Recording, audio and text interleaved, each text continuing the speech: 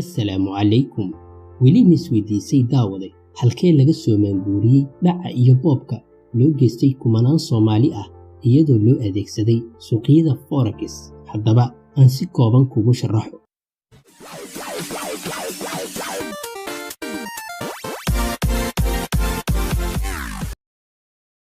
dhacdadan oo kale waxa ay ka dhacday dalka Mareykanka sanadii 1989 waxaana geystay nin lagu magacaabo Jordan Belfort oo lunsaday lacag ka badan 200 milyan oo dollar. waa lacag aad u badan.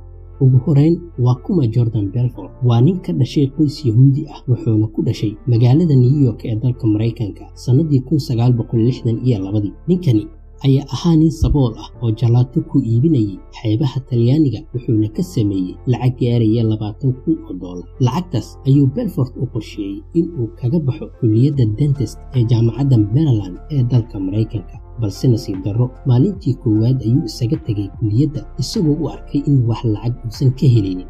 mid ay saaxiibo yihiin ayaa shaqo uga helay shirkad lagu magacaabo LF Richard ee iibisa saamiyada shirkadaha yaryar. muddo yar kadib shaqadii ayaa ka istaagtay kadib markii shirkadda ay soo wajahday dhibaatooyin dhaqaale oo la xiriira shilkii suuqa saamiyada ee Isniinta Madowga 1987.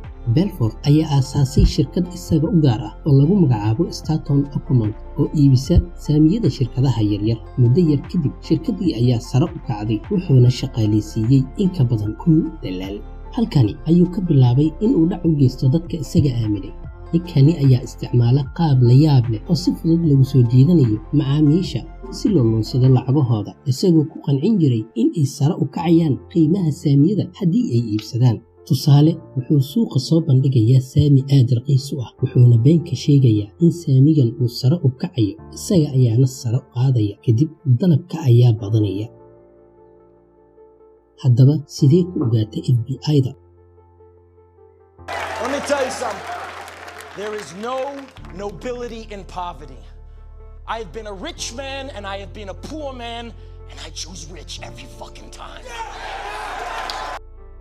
sanadii 1992 ayuu iibgeeyey shirkad lagu magacaabo Steve Madden ee samaysay kabaha, waxaana sare u kacay saamiga shirkadda. taasi ayaa shaki ku abuurtay saraakiisha FBI-da. waxay FBI-da qaybta dabagalka maaliyadda ku bilowday kormeer joogto ah. ugu dambeyntii bisha December 1996 waxaa ilbaabada loo laabay shirkadda Stanton Oakmont kadib markii lagu soo oogay dacwad musuqmaasuq ah iyo lunsasho hanti dadweyne. waxaana sanadii 1999 Belfort lagu xukumay 4 sano xabsi ah iyo ganaax gaaraya 110 milyan oo dollar. waxa uu xukunkiisa 4 sano ka qaatay 22 bilood oo keliya. inta uu xabsiga ku jirayna wuxuu qoray buug ka hadlaya noloshiisa oo 2013 laga metelay filim la magac baxay waraabihii Wall Street, The Wolf of Wall Street.